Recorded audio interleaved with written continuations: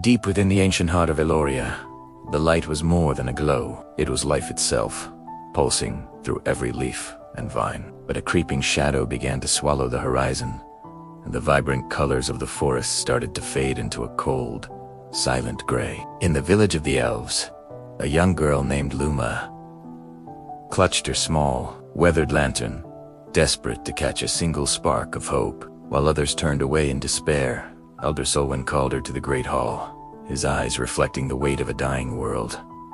"Luma, the heartlight is fading. You must take the last seed and journey to the roots of the world before the darkness becomes absolute." With a heavy heart and a flickering lantern, Luma stepped beyond the safety of the village, entering the vast, decaying unknown. She wasn't alone forlorn. Bramble, a mischievous red squirrel with a hunger for adventure and snacks, stumbled into her path. "Hey, watch the tail.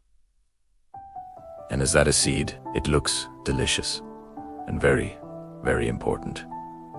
Mind if I tag along?" Together they crossed collapsing bridges of light and rivers that had forgotten how to flow. As the sky turned a bruised purple, the shadows grew hungry. They lashed out from the brambles, sensing the golden warmth tucked away in Luma's pouch. Fear began to cloud Luma's mind. "Why me?"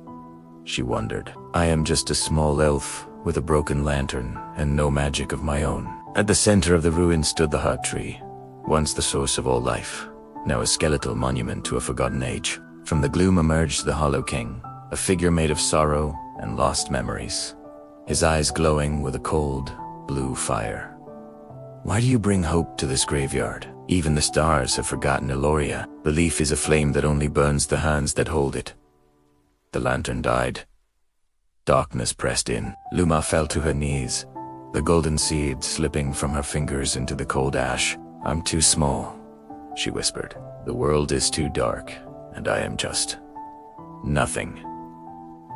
The forest began to crumble around her, but Bramble didn't give up. He dove into the ash, retrieving the seed and placing it back into Luma's trembling palm. In that moment, Luma realized that magic didn't come from the lantern or the seed. It came from the courage to keep believing. A massive, cinematic glow erupted from her heart, flooding the ruins with a warmth that the Hollow King hadn't felt in centuries.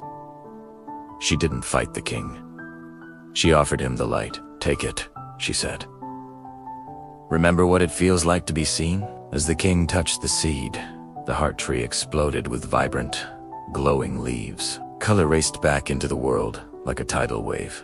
The shadows dissolved into butterflies. The sky rivers began to sing again. Eloria was no longer a memory, it was a miracle reborn. Luma returned home not as a girl with a broken lantern, but as the guardian who reminded everyone that even the smallest spark matters. For in Eloria, we finally understood.